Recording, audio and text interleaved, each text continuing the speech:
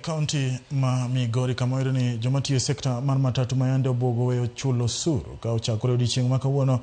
Jatend kaunti ma Migori ka giywago lwasi marach mar tich kod midhiero mamoko koro oyie dhi nyime kod chulo osuru bang' bedo kod romo kod gavana ma Migori okinyi ma kawuono. Jomatatu go mane otelnegi kod jakom margi Henry Ogombe bang' bedo kod twak kod gavana ma Migori Ochilo Ayacko lero ni gichopo e winjruok makare kendo tend kaunti ma Migori osewinjo ywakgi kaka ne gidwaro. Moko kuom gigo ma yande giywago en pi mapong'o moko kuom sitende kata kama gichunge nyamburko e kaunti ma Migori, lela mar sitende koda mamoko.